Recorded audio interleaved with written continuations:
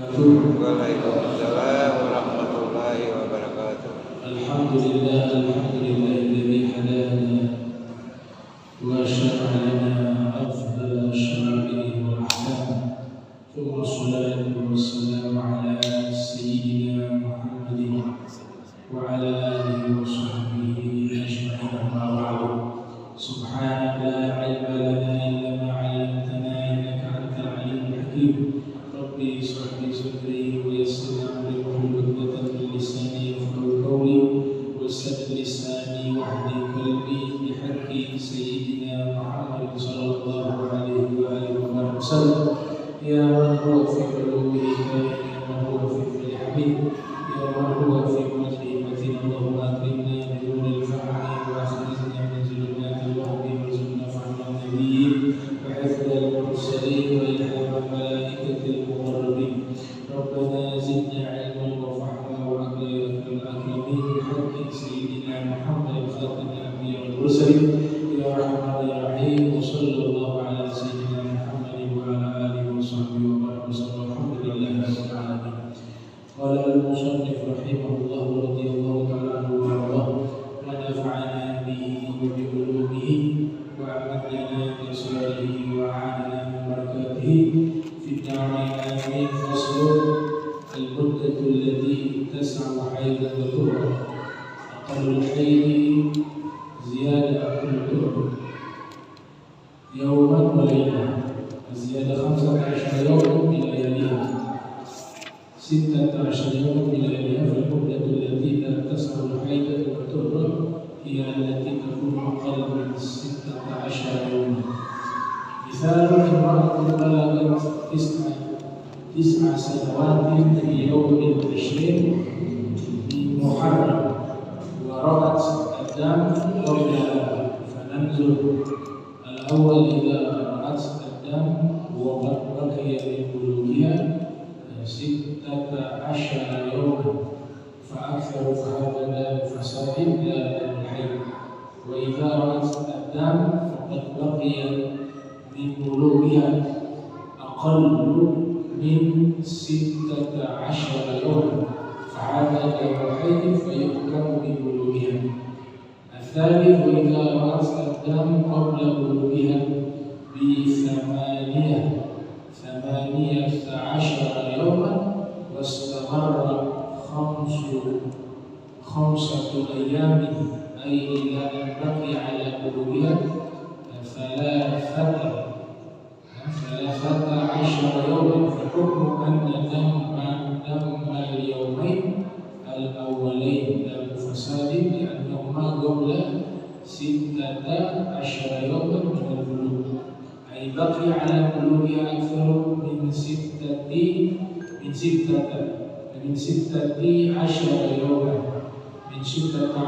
يوما و3 أيام الأخرى دم حيض لأنه بقي على بلوغه أقل من 16 يوما. Kita masuk ke pembahasan al-muddatul lati tas'u haidan wa tuhra, yaitu masa yang terbentang antara haid dan suci. Paling sedikitnya haid ditambah dengan paling sedikitnya masa suci, yaitu sehari semalam dan 15 hari beserta malam-malamnya. Maka semuanya ada 16 hari dengan malamnya.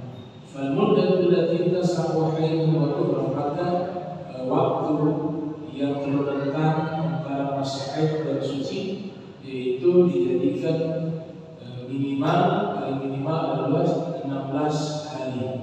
Nah, ini sebenarnya maksud daripada pembahasan tentang al-muddah itu. Syekh Ardani, seorang kiai, dia sebutkan adalah syurutul haid, syarat-syarat haid. Nah, syarat-syarat haid ini beliau jelaskan dalam kitab yang berjudul Risalah Haid dan Nifas. Istihadah itu ada 3. Jadi disebut dia haid jika terpenuhi daripada 3 syarat. Yang pertama yaitu darah haid tersebut keluar dari tubuh wanita yang sudah menginjak usia 9 tahun paling minimal. 9 tahun di sini yang dimaksud 9 tahun Qamariyah, yaitu Hijriah, bukan 9 tahun bulan Masehi. Karena kalau kita hitung ada perbedaan perhitungan antara tahun Masehi dengan tahun Hijriah. Di sini dikatakan tahun Masehi itu 365 hari, sedangkan Hijriah itu 354 hari. Dia ada selisih 11 hari antara hitungan Hijriah dan Masehi. Makanya yang dimaksud di sini adalah hitungan Qamariyah. Walaupun di dalam Al-Quran itu diisyaratkan kita menghitung menggunakan standar Qamariyah Syamsiyah itu tidak disalahkan di dalam agama kita. Karena Allah Ta'ala berfirman, "Walladzi ja'ala asy-syamsa diya'a wal qamara nuran qaddarahu manazila lita'lamu 'adada as-sinin wal hisab." Ayat ini menerangkan tentang masalah perhitungan 1 tahun atau perhitungan tahun. Dia Allah menciptakan matahari Masehi menggunakan perhitungan Syamsiyah matahari. Kemudian Qamariyah menggunakan hitungan berdasarkan bulan Qamar. Allah jadikan itu berputar pada poros, pada garis bintang berputarnya itu lita'lamu 'adada as-sinin, agar kalian bisa mengetahui jumlah-jumlah bilangan tahun-tahun. Ini isyarat berarti ayat ini menceritakan ada 2 cara di dalam menghitung tahun. Yang pertama menggunakan matahari, yang kedua menggunakan bulan. Namun kita umat Islam menggunakan metodologi berdasarkan perhitungan bulan. Di dalam ilmu tajwid itu ada istilah juga asy-syamsiyah dan qamariyah, alif lam. Ada alif lam disebut alif lam syamsiyah, alif lam matahari. Ada juga disebut alif lam qamariyah, alif lam bulan. Nah, itu maksudnya bukan masalah perhitungan tahun, tapi sebagai contoh kalau alif lam syamsiyah itu al-nya tidak dibaca asy-syamsu, makanya pakai istilah asy-syamsiyah. Jadi dilihat dari aspek bacaannya. Kalau kita baca asy-syamsu, alif lamnya tidak dibaca, maka alif lam ini dinamakan syamsiyah. Jika dia masuk di huruf tertentu, alif lamnya tidak dibaca. Kemudian kalau al-qamariyah, alif lamnya bisa dibaca al-qamar. Maka di huruf-huruf tertentu jika alif lam itu masuk, alif lamnya juga dibaca. Jadi al-qamar, sebagaimana membaca lafaz qamar menggunakan alif lamnya dibaca al-qamar. Baik. Nah, jadi hitungannya hitungan qamariyah. Kemudian di sini syurut daripada haid itu ada 3. Ya, syurut haid itu ada 3. Yang pertama tadi harus mencapai usia 9 tahun minimal. Ulama mengatakan, fuqaha mengatakan boleh kurang dari 9 tahun, tapi kurangnya 15 hari saja. 9 tahun kurang 15 hari masih bisa. Ini memang hukumnya itu diambil dari pernyataan Sayyidah Aisyah, dan jadi sebagai tanda balik, ya. Wanita kalau sudah balik itu, di antaranya tandanya adalah sudah menstruasi, mengeluarkan darah haid. Itu paling minimal 9 tahun. Ada riwayat yang dinukilkan oleh Imam Al-Baihaqi yang lahir tahun 384 Hijriah. Sayyidah Aisyah mengatakan, "Idza balaghat al-jariyah 9 sinin fahiya imra'atun." Apabila wanita yang masih muda itu mencapai usia 9 tahun, maka dia adalah seorang wanita yang hakiki. Maknanya apa? Wanita yang usia 9 tahun kemudian mengeluarkan darah haid, maka dia sudah masuk sebagai wanita yang dewasa, yang sudah ada beban taklif. Inilah yang menjadi dalil sebagai tanda-tanda wanita tersebut masuk kepada usia baligh, haddul baligh. Nah, ketika sudah masuk usia haddul baligh, dibebankan dia taklif, hukum sudah dibebankan kepadanya. Ini yang sesuai disebutkan di dalam kitab-kitab fikih. Alamatul bulughi thalath. Tanda-tanda balik ada 3. Yang pertama apa? Tamamul khamsa asyarata sanatan fi dzakari wal unsa. Genap usia 15 tahun bagi laki-laki dan perempuan. Walaupun dia tidak haid perempuan dan walaupun laki-laki tersebut tidak mimpi basah, tapi kalau sudah mencapai usia 15 tahun sudah balik. Dalilnya dari mana? Para fuqaha mengambil dalilnya daripada salah satu peristiwa di mana putra daripada Sayyidina Umar bin Khattab, Ibnu Umar, ketika minta izin kepada Nabi sallallahu alaihi wasallam mau ikut jihad fisabilillah di perang Badar. Ghazwatul Badar. Ghazwatul Badar terjadi pada tahun 2 Hijriah. Nah, pada waktu itu Nabi membuat semacam aturan bahwa orang-orang yang mengikuti peperangan bersama Nabi itu Nabi lihat usianya juga. Kalau sudah balik baru ikut. Kalau belum mencapai usia balik maka tidak boleh ikut perang.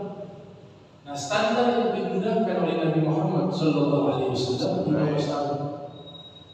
Sering Nabi bertanya, kalau lihat ada anak muda mau ikut serta berjihad, Nabi bertanya, berapa usiamu? Mereka jawab usia 13 tahun. Kata Nabi, belum bisa, pulang dulu. Jadi mereka punya semangat berjuang luar biasa. Banyak pemuda-pemuda datang ingin ikut serta dalam jihad, tapi ketika usianya belum balik, Nabi tidak menerima mereka. Sebagaimana Ibnu Umar. Waktu Ibnu Umar datang di perang Badar, meminta izin kepada baginda Nabi Muhammad sallallahu alaihi wasallam. Ya Rasulullah, saya ingin ikut berjihad. Nabi bertanya kepada Ibnu Umar, berapa usia? Dia katakan 13 tahun. Nabi katakan, kau belum bisa kembali dulu. Itu artinya apa? Belum balik. Standar waktu itu yang Nabi gunakan bukan masalah mimpi, tapi masalah umur 13 tahun. Waktu berjalan, perang Uhud, Badar dulu dalam 2 Hijriah, Ghazwatul Uhud pada tahun 3 Hijriah, berarti 1 tahun kemudian datang lagi Ibnu Umar minta izin, ya Rasulullah, saya ikut serta di dalam jihad. Nabi bertanya, kamu umur berapa usia umur? Dia menjawab 14 tahun. Nabi bilang, si belum bisa kembali. Nanti di tahun 5 Hijriah, nama peperangannya Ghazwatul Khandaq. Ibnu Umar datang meminta izin kepada Nabi Muhammad sallallahu alaihi wasallam. Otomatis itu perhitungannya dalam kitab sudah 15 tahun. Ditanya oleh Nabi, kamu umur berapa? Umur 15 tahun. Khamsa asyaratan sanatan. Kata Nabi, sekarang boleh. Dari situlah para fuqaha mengambil dari bahwa usia 15 tahun itu adalah usia yang sudah mencapai usia baligh. Khamsa asyaratan sanatan. Kemudian yang kedua, syurutul haid. Ad-duhru la aqall min 15 yawman. Nah, masa sucinya tidak boleh kurang dari 15 hari. Masa suci. Jadi kalau dia kurang dari 15 hari, maka belum dikatakan darah haid. Karena kurang dari 15 hari. Itu syarat kedua. Syarat ketiga, al-haid la aqall min arba'ah, wa 20 sa'atan, bahwa haid tersebut, darah yang keluar tersebut tidak boleh kurang dari 24 jam. Tidak boleh kurang dari 24 jam dan tidak boleh lebih daripada 15 hari. Nah, ini namanya syurutul haid, syarat-syarat haid. Ya, saya akhir ya, saya ulangi lagi. Syarat haid itu ada 3. Yang pertama, wanita tersebut sudah mencapai usia 9 tahun. Yang kedua, masa sucinya haid tersebut tidak boleh kurang dari 15 hari. Yang kedua. Nah, yang ketiganya, darah haid tersebut itu harus minimal 24 jam dan tidak boleh lebih dari 15 hari. Nah, 3 inilah namanya syurutul haid, syarat-syarat haid. Ini dijelaskan oleh Kiai Haji Albani dalam kitabnya Risalah Haid wa Nifas wa Istihadah. Itu yang perlu dipahami. Jadi maksud penjelasannya tadi itu, maksudnya syurut di situ. Kemudian di sini ada misal, ada contoh, ya. Ada misal. Contoh di sini dikatakan imra'atun balaghat 9 sanawatin fi yaumil isrin. Seharusnya ini baik dia ini sebagai bapak atau ibu, kalau punya anak perempuan, dia harus buat satu buku khusus awal haid, sehingga nanti ke depannya menghitungnya lebih mudah. Dan kita juga bisa tahu bahwa dia sudah dewasa, anak perempuan juga. Saya sudah sediain buku ketika oleh catat. Nanti dia punya sangkut pautnya dengan masalah perhitungan yang berbeda. Kita bisa bedakan mana haid, mana istihadah. Nah, ini contoh. Ini perempuan, anak perempuan ini baru mencapai usia 9 tahun.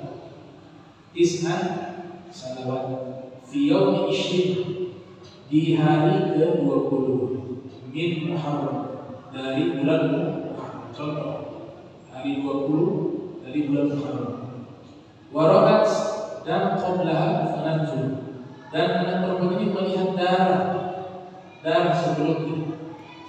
Darah sebelumnya, artinya sebelum daripada tanggal 20. Tadi kan kaidah mengatakan usia harus 9 tahun hitungan Qamariyah Hijriah. Boleh kurang 9 tahun kurang, tapi kurangnya 15 hari. Waktu lihat darah di situ, kita harus lihat juga sebelumnya bagaimana sih darah itu keluar. Nah, ini diberikan contoh di sini. Yang pertama, idza ra'at dam wa qad baqiya min bulughiha, ya, apabila dia melihat darah dan tersisa dari masa baliknya itu 16 hari, fa aktsar, lalu lebih daripada itu, fa hadza dam fasad la dam haid, maka ini bukan darah haid tapi darah fasad, istihadah. Itu ini disederhanakan begini, ya. Jadi kalau kurang tersisa 16 hari, dia punya masa baliknya berarti 20 itu ditarik dari belakang. Jadi dia haidnya itu tanggal keluar darahnya itu tanggal 4. Tanggal 4, 16 hari. 4 sampai 19. Dia belum sampai 20. Belum sampai di 20 Muharram. Maka karena belum sampai di 20 Muharram tersebut dan fasad, dia dikatakan bukan darah haid tapi darah istihadah. Jadi kalau dicontohkan tanggal 4 Muharram itu darah mulai dia lihat 4 Muharram kan 16 hari, 4 sampai 19, 16 hari itu yang darah. Nah, sedangkan di sini mereka melihat di sini dia kan harus sampai genap, ya, 20 Muharram dihitung di situ. Maka 4 ke 19 ini dianggap sebagai darah fasad, darah yang rusak, karena dilihat sebelumnya lagi begitu. Itu dikalkulasi dengan masa sucinya, kemudian darah keluarnya itu dikalkulasi semuanya. Jadi dia keluar darah tanggal 4 Muharram 19 Muharram. Kemudian yang kedua, wa idza raqadna waqad baqiya min bulughi aqal min 16 yawman fa hadha damu haid fa yufhamu bi bulughiha. Nah, yang kedua, dia melihat darah yang perempuan itu darahnya kurang dari 16 hari. Namun ini dia masuk sampai 20. Darahnya itu dia kalau kurang dari 16 hari ya 5 sampai 20. Jadi dia hitungannya dari 20 bulan. Kalau yang pertama tadi kurangnya itu 20 ke bawah 19. Tapi yang contoh kedua ini dia akal. Dia lebih kurang dari 16. Yang tadi 16 kurang ke bawah. Kalau yang kedua 16-nya bukan 16, di 16 hitungannya di bawahnya 15 ke bawah. Kalau yang pertama tadi 16-nya dihitung baru dihitung ke bawah. Nah, kalau dia mulainya dari 15, maka tanggal 5 darah haidnya itu keluar tanggal 5 Muharram sampai berapa? 16 sampai 20. Ketika dia sampai 20, maka darah itu bukan darah istihadah tapi darah haid. Contoh yang ketiga, wa iza ra'at dam qabla bulughiha, apabila dia melihat darah ya, sebelum baliknya itu 18 hari dan wastamarra, dia berlangsung terus 5 hari darah tersebut sampai menyisahkan 13 hari dari masa baliknya, maka dihukumi darah 2 hari yang pertama darah fasad, darah istihadah. Karena keduanya itu sebelum 16 hari dari masa baliknya. Dia belum sampai tadi masa 20 tadi, jadi 20 hari. Dan tersisa daripada baliknya itu lebih daripada 16 hari. Maka 3 hari tersebut yang akhir adalah darah haid, dan yang sisa yang kurang daripada 16 hari tersebut juga dikatakan sama demikian. Nah, ini 3 contoh kalau wanita itu awal haid. Sudah kita bingung, sudah ini paham. Jangan karena aku yang bilang saya ada juga bingung. Dia kan putar-putar. Tapi ini gambaran karena nanti kalau ada kesempatan kita mutola'ah lagi kitab khusus. Ini kan fikih campur. Ada ulama sudah menulis kitab khusus masalah haid. Kenapa mereka membuat kitab khusus? Karena ribet. Dia tidak bisa kita jelaskan sepotong-sepotong. Nah, cuma kita itu sudah kitab ini bagaimana kasih gambaran. Di sini kita sadar bahwa kita harus perlu juga mencatat. Kalau anak baru menstruasi kita harus tulis tanggal berapa. Nanti kita hitung bahwa ini sudah dewasa, ini darah haid. Oh, ini masih belum istihadah. Nah, setelah dihitung awalnya kan kalau dia berjalan siklusnya kan kita bisa tahu. Siklus perputaran darahnya itu kita bisa hitung. Maka yang paling penting itu ya yang pertama itu. Tapi kalau yang sudah terlanjur sudah kita ambil yang sedang ini. Ini yang masih anak-anak baru sampai usia 9 tahun. Nah, makanya kenapa dia menjadi susah menjadi dari masalah haid? Memang ada riwayat, saya tidak tahu riwayat ini apakah sahih atau tidak. Tapi riwayat ini ada di dalam kitab Khasyiyah Bujairi. Al-Imam Bujairi menulis kitab Khasyiyah, itu dia mengatakan haid itu sebagai hukuman kepada Siti Hawa. Sebagaimana dikatakan di dalam Al-Quran ketika Allah menyatakan ya Adam uskun anta wa zawjukal jannata wa kula minha ragada haythu syi'tuma ya wa la taqrabu hadhihi syajarata fatakuna minaz zalimin. Nah, itu kan Nabi Adam dilarang memakan satu jenis pohon yang ada di surga. Di situ ada buah dari pohon tersebut. Jadi dinamakan buah khuldi itu yang kasih nama iblis. Jadi dia bukan nama buah. Khuldi itu diambil dari kata kekal. Jadi ingin memperdaya Nabi Adam, kalau kamu makan buah itu, kau akan kekal selama-lamanya. Makanya dinamakan khuldi. Jadi iblis yang memberikan nama itu. Ternyata itu kebohongan. Dia ingin memancing bagaimana agar Nabi Adam bisa makan buah yang dilarang oleh Allah Subhanahu wa Ta'ala. Itu diceritakan dalam kitab Qasasul Anbiya yang ditulis oleh Ibnu Katsir. Nah, ternyata Nabi Adam masih kuat melawan itu. Godaan bisikan-bisikan iblis masih bisa beliau lawan. Maka iblis dari cara kedua lewat istrinya Siti Hawa. Karena Siti Hawa wanita itu lebih mudah digoda oleh syaitan. Dan iblis laki-laki juga mudah untuk ditaklukkan lewat perempuan. Akhirnya Siti Hawa terpengaruh dan mengajak Nabi Adam untuk makan buah tersebut.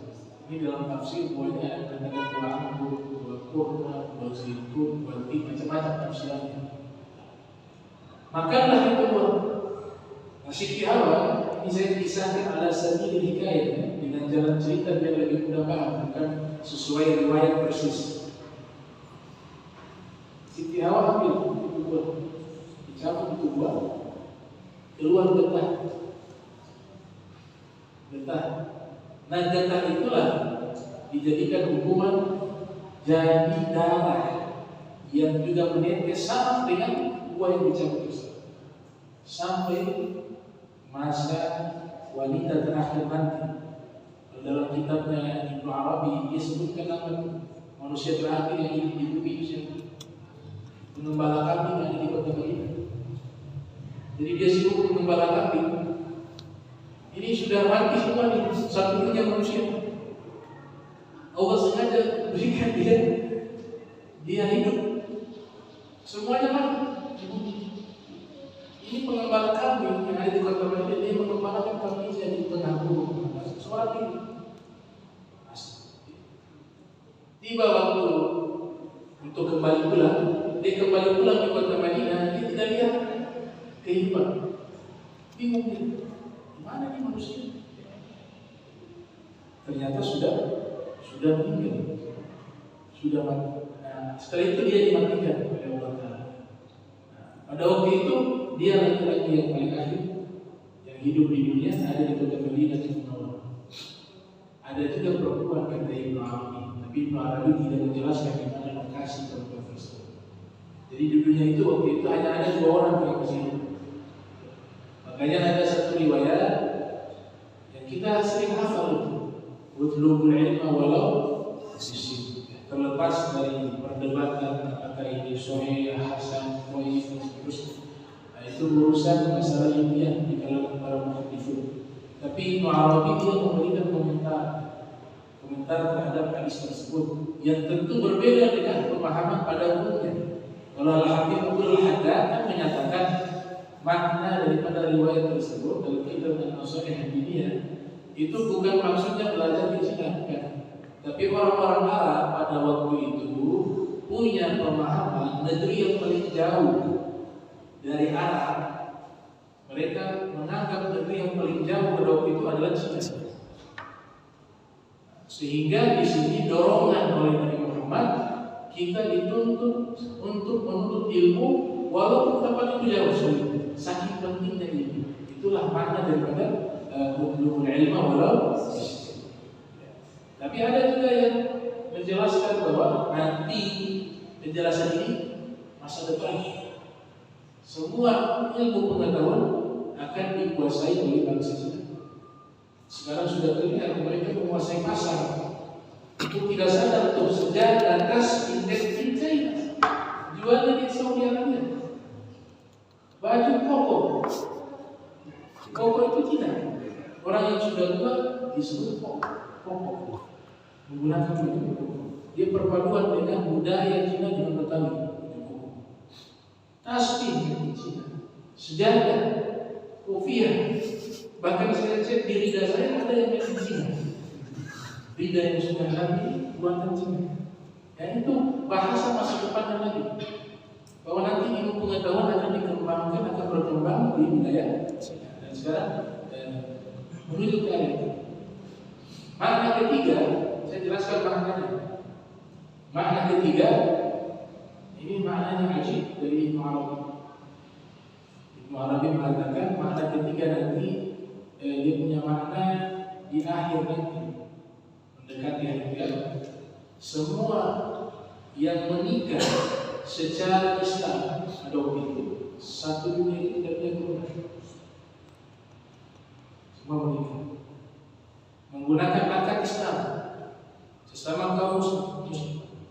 Nah, ketika menikah serentak pada waktu itu tidak ada keturunan satu dunia. Nah, itu kan yang dipahami di dalam hadis la taqumu as-sa'ah wa man yaqulu Allah. Hari kiamat tidak akan terjadi jika masih ada orang menyebut lafaz Allah. Berarti apa? Ketika hari kiamat terjadi sudah tidak ada orang lagi yang menyebut nama Allah. Berarti bukan orang Islam. Karena punah, semuanya itu tidak reproduksi daripada turunan mereka. Regenerasinya tidak ada, terputus. Akan tetapi hanya ada dua pasangan suami istri yang punya satu anak laki-laki. Dan mereka tinggalnya di Cina. Tinggalnya di wilayah Cina. Lahirlah anak laki-laki tersebut, Allah berikan ilham kepadanya, dia jadi orang alim. Nah, maksud daripada hadis utlubul ilma walau bisin, seandainya kalian hidup di zaman itu, kalau mau belajar ilmu agama hanya satu orang yang ahli menurut kita. Dia ada di Cina. Itu penjelasan dari Ibnu Arabi. Ibnu Arabi kadang-kadang dia punya mahomi tinggi, dia di atas tanah, sampai dia mengatakan kencingnya para ahli bait Nabi itu suci, karena sudah bahasanya sudah tidak sadar. Dia mengatakan bahwa saya lakukan ini, kalau lakukan ada dasarnya. Kalau saya hidupnya tidak ada dasarnya. Jadi sudah tidak sadar apa yang disampaikan, sehingga sebagian golongan kaum muslimin di kalangan para ulama sampai memvonis dia adalah seorang tokoh yang sesat dan menyimpang. Ya, seperti Ibnu Taimiyah. Ibnu Taimiyah nyatakan zindiqah, ini orang zindiq. Tapi dibela oleh Ibnu Hajar al-Haytami, tidak, dia seorang yang soleh. Dia sudah sampai ke maqam yang tinggi sehingga yang dia tulis dia tidak sadar. Sehingga kitabnya Al-Futuhatul Makkiyah itu sulit dipahami.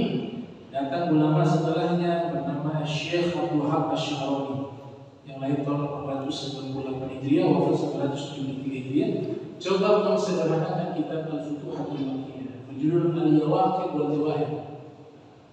Dan di situ dijelaskan Imam Mahdi lahirnya tanggal berapa, di bulan apa, ini luar biasa ulama asal Spanyol, Andalus. Beda dengan Ibnu Arabi. Kayaknya ulama membedakan Ibnu Arabi dengan Ibnu Arabi. Ada juga yang ketiga namanya Ibnu Arabi. Ada tiga orang namanya mirip-mirip ulama besar. Yang pertama namanya Ibnu Arabi, tokoh bahasa Arab, pakar di dalam bidang bahasa. Kalau kita baca di kamus-kamus bahasa Arab atau pembahasan tentang masalah bahasa Arab tentunya, yang dimaksud dengan Ibnu Arabi adalah ulama yang hidup di abad kedua Hijriah.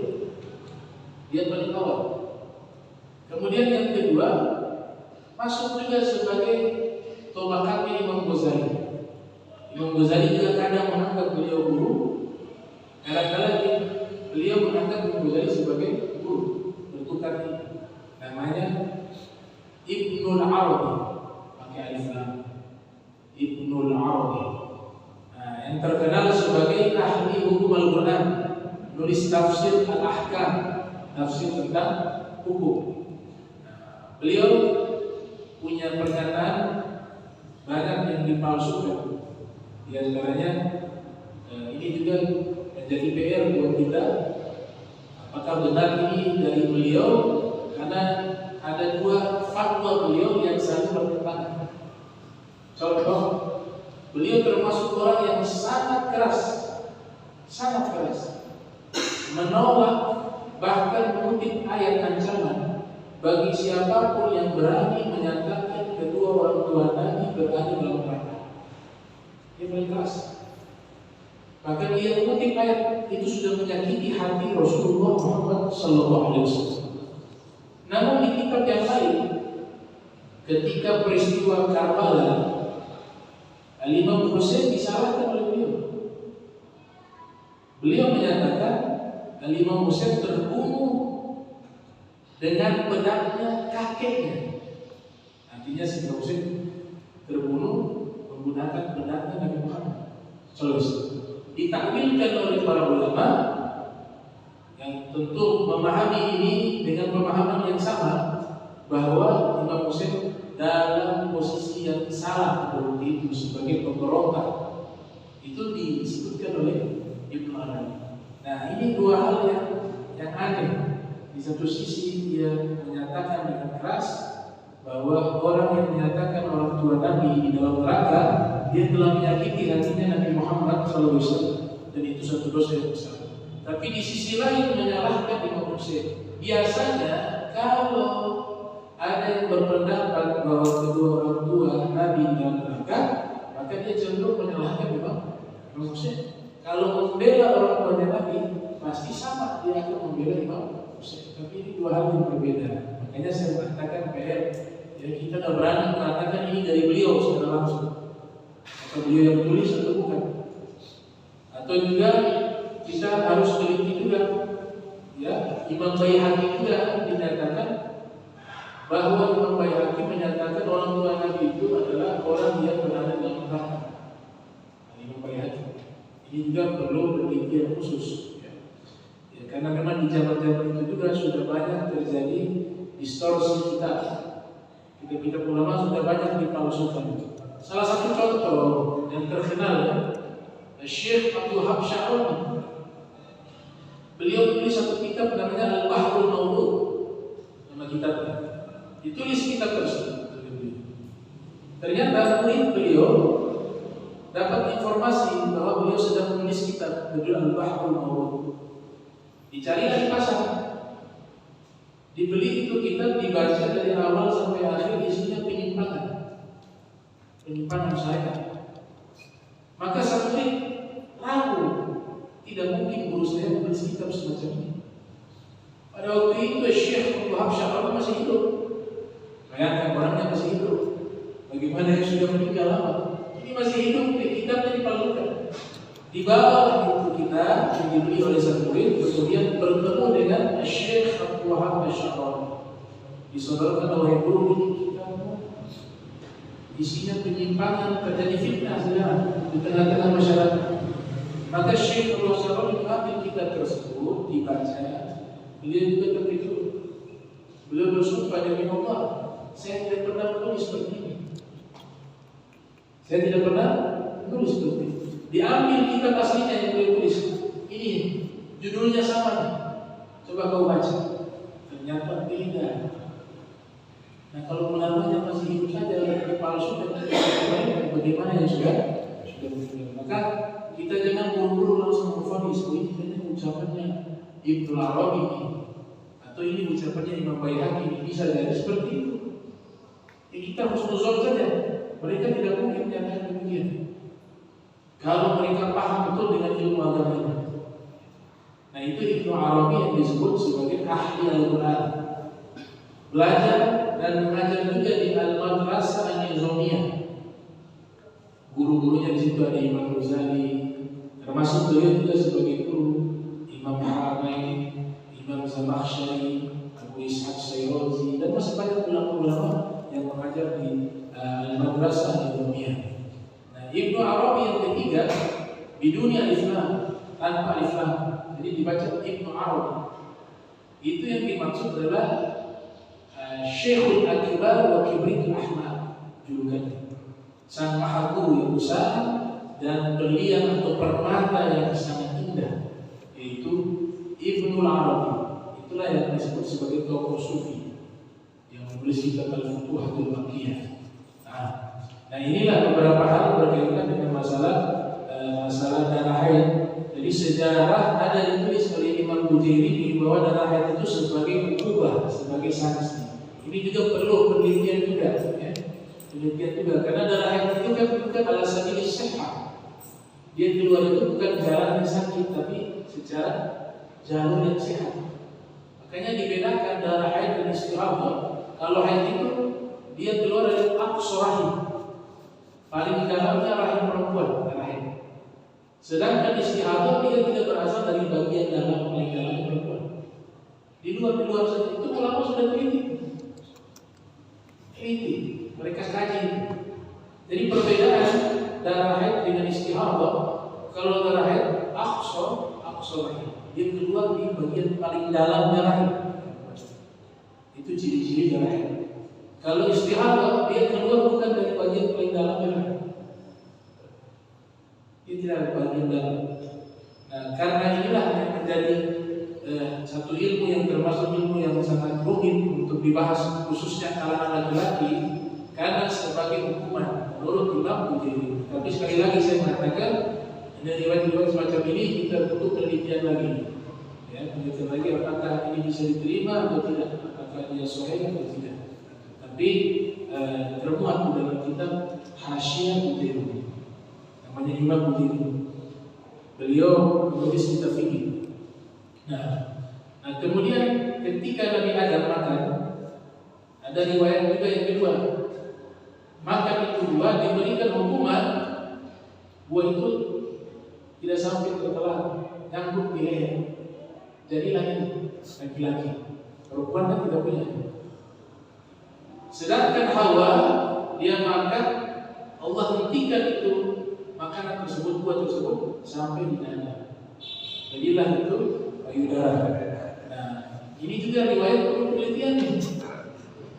Jadi jangan dipikir kitab-kitab tafsir itu semua riwayat harus diambil mentah-mentah. Ada ulama-ulama terdahulu mereka menseleksi karena data itu terlalu banyak waktu itu, tercampur ada Israiliyah.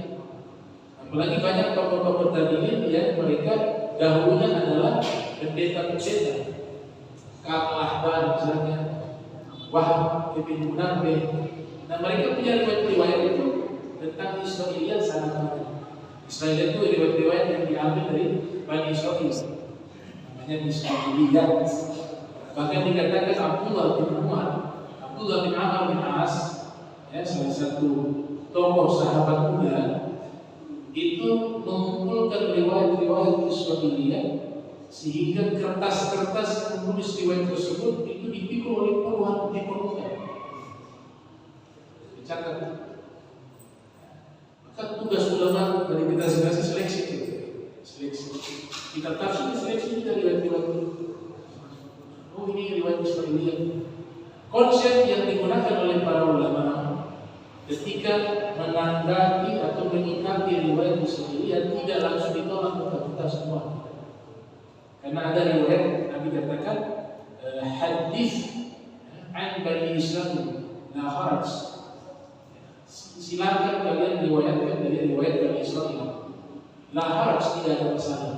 Itu dijelaskan oleh para ulama maksud daripada Nabi kita Muhammad SAW. Itu artinya kalau ada riwayat Israiliyah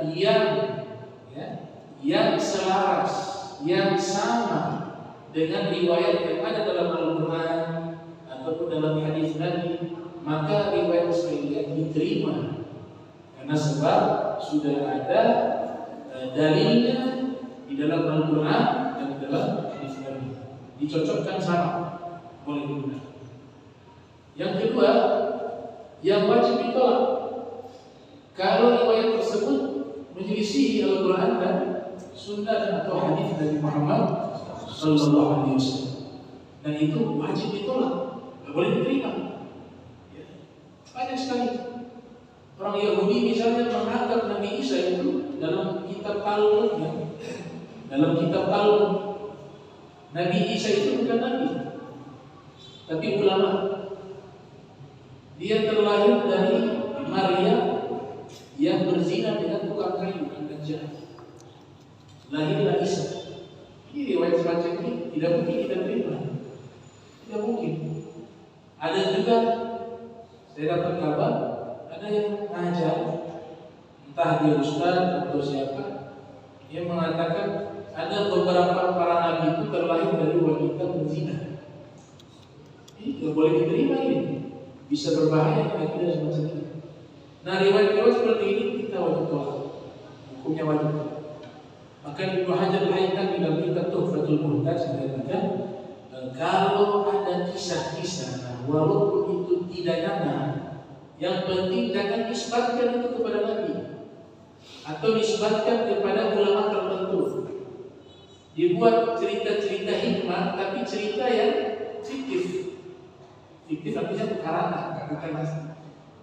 Kita ingat masih kecil.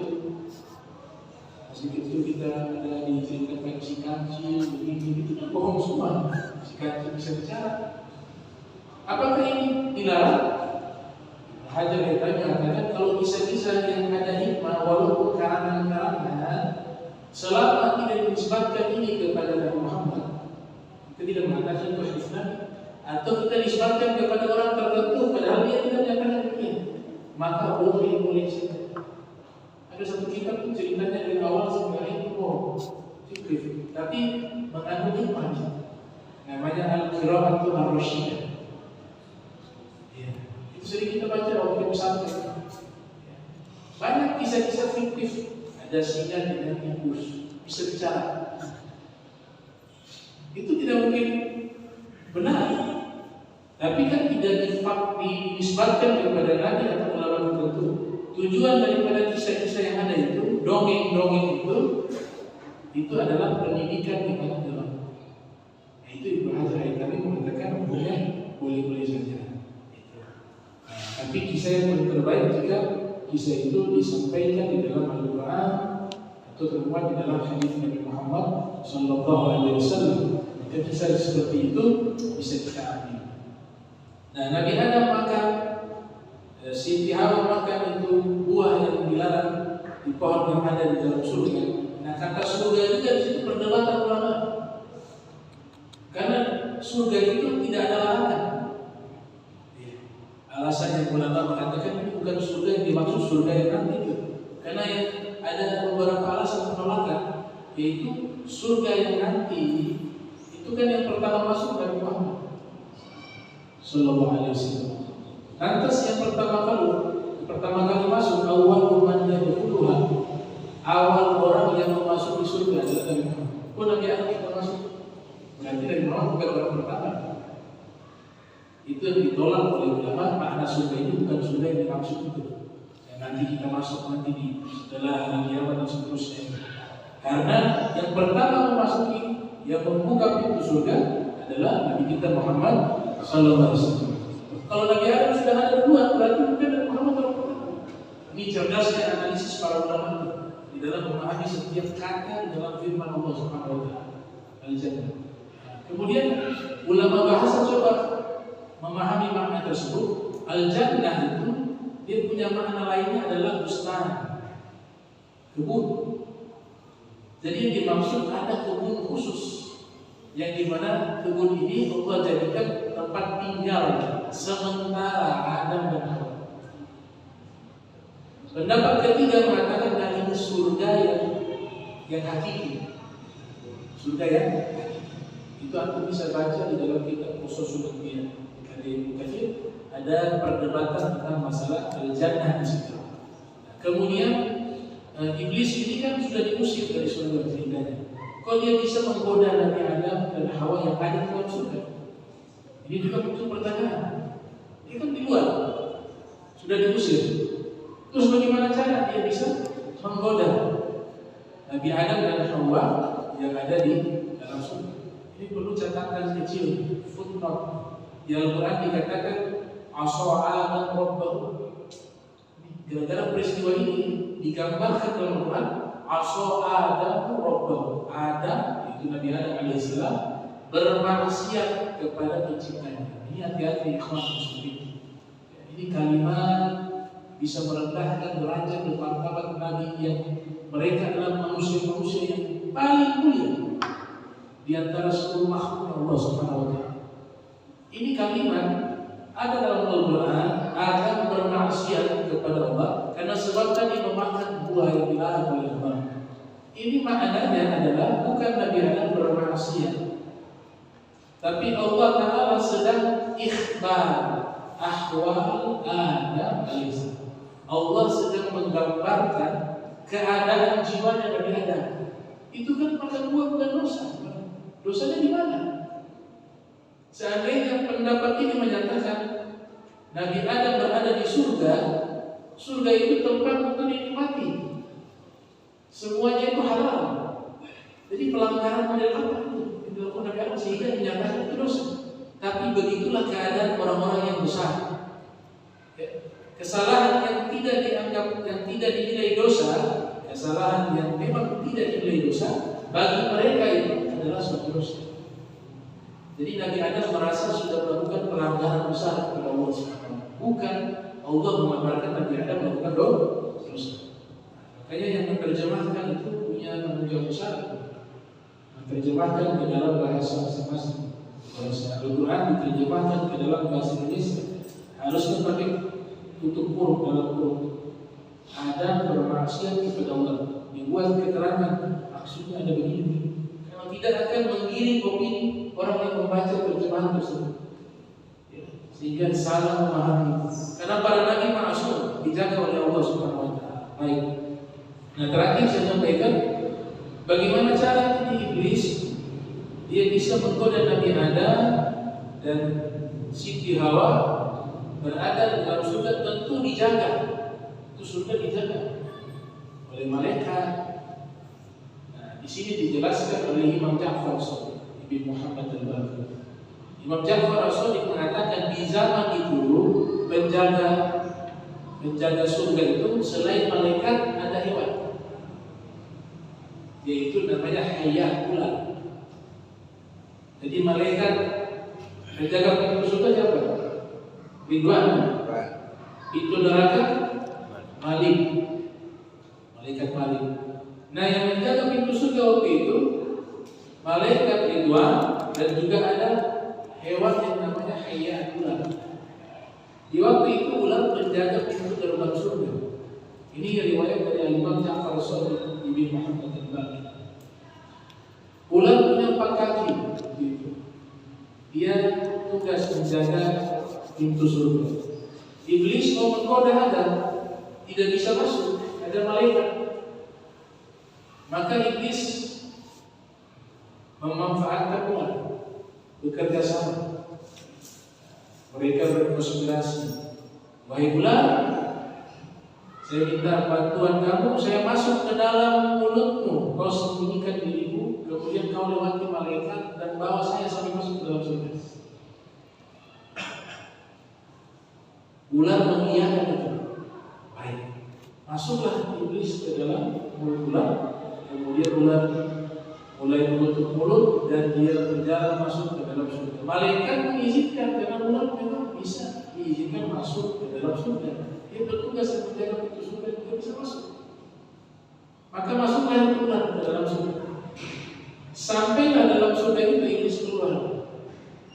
Iblis ketika berada di luar surga dia tidak bisa memberikan bisikan-bisikan jahat kepada Adam dan Hawa. Surga itu tempat baik, tidak ada kejahatan. Termasuk bisikan jahatnya iblis tidak bisa masuk di situ. Kecuali sudah masuk di dalam. Kalau di luar masih ada kejahatan. Di dalamnya sudah langsung masuk. Sebenarnya Allah Maha tahu itu. Tapi Allah Ta'ala sudah menetapkan ini sebagai kodoknya. Itu rangkaian takdirnya Allah. Nabi Adam belum diciptakan, Allah sudah buat skenario kau jadi khalifah di bumi. Itu firman Allah, inni ja'ilun fil ardi khalifah. Aku akan jadikan Nabi Adam sebagai khalifah di bumi. Padahal Nabi Adam belum diciptakan waktu itu. Artinya apa? Allah sudah setting kodoknya itu dia tetap menjadi penghuni bumi. Maka ini iblis masuk ke surga, dia goda itu Siti Hawa. Mereka makan itu buah yang dilarang oleh Allah Subhanahu Wa Taala. Allah menghukum mereka semua. Karena kalimatnya ihbitu ma'rufun bi ba'di. Turunlah kalian dalam tafsir Imam Baydawi, namanya Imam Al-Baydawi. Dia menulis tafsirnya namanya Anwar Tanzil wa Asrar Taqwim, nama kitab tafsir. Di situ beliau katakan ihbitu, mereka semuanya diturunkan oleh Allah. Turunlah kalian di situ iblis, Nabi Adam, Hawa, ular. Kayaknya pakai kata kalian. Nabi Adam turun di India. Siti Hawa di Jeddah. Kemudian bulan dan iblis di wilayah Asfahan. Masuk di wilayah Persia. Turun. Allah berikan hukuman kepada bulan. 4 kakinya dicabut. Sebagai hukuman, dia dengan turunannya nanti berjalan di bumi dengan perutnya sampai hari kiamat. Dicabut. Nah, iblis juga diberikan hukuman oleh Allah Subhanahu wa taala. Nah, oleh sebab itu permusuhan ini abadi sampai sekarang. Nabi SAW mengatakan khamsun yuqtalna fil hilli wal haram. Ada 5 hewan yang boleh dibunuh di tanah halal maupun tanah haram. Terus ikuti dalam kitab Hayatul Haywan Kubur karya Imam Ad-Damir. Yang pertama adalah al-hayat ulas. Yang kedua adalah al-aghrab, kalajengking. Nah, yang ketiga al-hid'ah. Apa al-hid'ah? Burung elang. Yang keempat al-fa'rah, tikus. Yang kelima al-kalbu aqur, anjing gila, anjing rabies. Kalau anjing yang tidak rabies haram dibunuh. Ya, haram dibunuh. Anjing gila itu yang diizinkan kita untuk membunuh karena membahayakan, berefek membahayakan orang lain.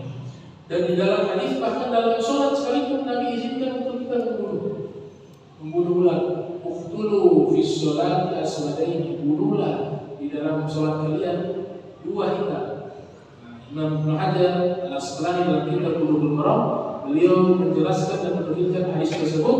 Dijelaskan oleh beliau dalam kitab Fathul Bari, al-aswadain itu adalah al-hayyat wal aqrab, yaitu ular dan kalajengking. Nah, ini beberapa riwayat berkaitan dengan masalah tarikh haid, sejarah haid.